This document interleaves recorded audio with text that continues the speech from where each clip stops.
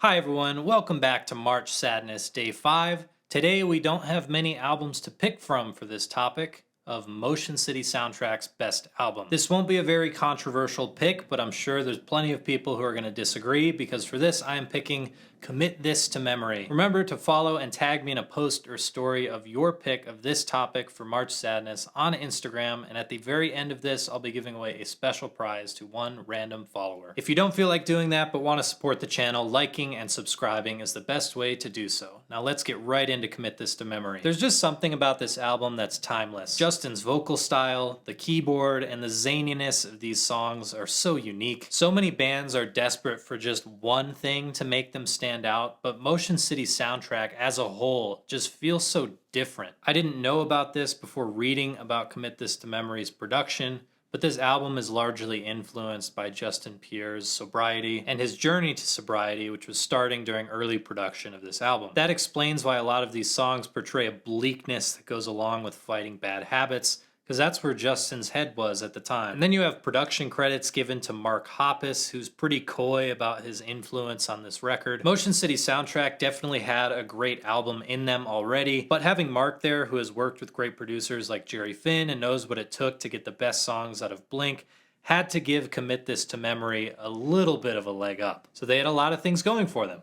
A legendary name is producing. Their label is supporting them. They had unique musicians and instruments and a personal experience to pull the lyrics from. All they had to do is make it all come together, and boy, did they make it sound so natural. Commit This to Memory is an album that falls into the no skips category. The brilliant opening track is like the start of a concert, where each band member gets lit up one by one as their parts start on a track of Today.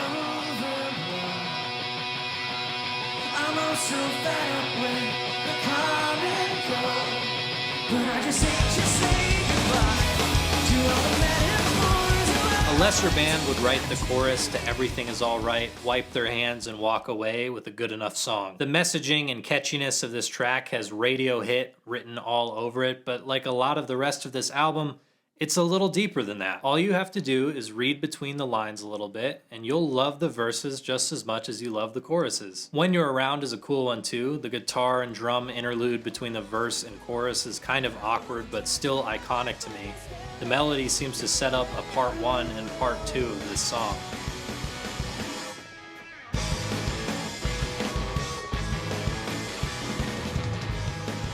Resolution, Feels Like Rain, and Makeout Kids are all solid, but this whole album feels like a lead up to a trio of 3 songs, those being Time Turned Fragile, Better Open the Door, and Let's Get Fucked Up and Die. Jesse Johnson is tearing it up on the keyboard, but everyone teams up to deliver this heartbreaking outro on Time Turned Fragile. The sounds that disappear to the changes we begin to fear. I can hear.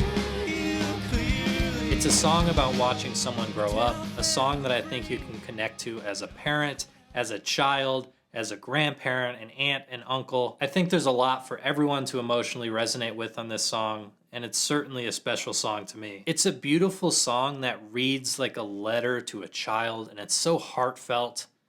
And then it's immediately followed by Let's Get Fucked Up and Die. It's a kind of hilarious subversion of expectations. You're focused on Justin's parents recounting his childhood and saying they're proud, reminding him that one day all they'll be to him are memories. Smash cut to Justin getting absolutely blitzed out of his mind. And then Better Open the Door further explores these self-destructive tendencies. Admittedly, the high from those 3 songs is so potent that I almost forget that the other songs in this album exist. But Hangman really should be memorable to me. It's a kind of off-the-wall song. Justin's vocals have this swing and cadence in the chorus, and Mark Hoppus has a cool feature here too. And then the album ends on a fantastic closer about a relationship being over. The lines in here are potent and specific.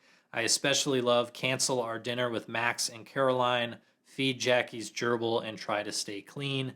It just captures how severing one's tie with a significant other results in the collapse of other relationships and responsibilities. And now that that's over, you staying clean, you being healthy, you being happy, That's on you. The delivery of that and how these songs are packaged really is a representation of Commit This to Memory, a very poppy and insightful look at self-destruction and all that comes with it. I've had a great time revisiting Commit This to Memory for this episode of March Sadness. Be sure to let me know in the comments below what you would pick for this topic. Remember, it's the best Motion City soundtrack album as the topic, so you don't have a lot to choose from. Until then, I really hope to see you tomorrow in the next installment. Here's the schedule, and I'll see you then.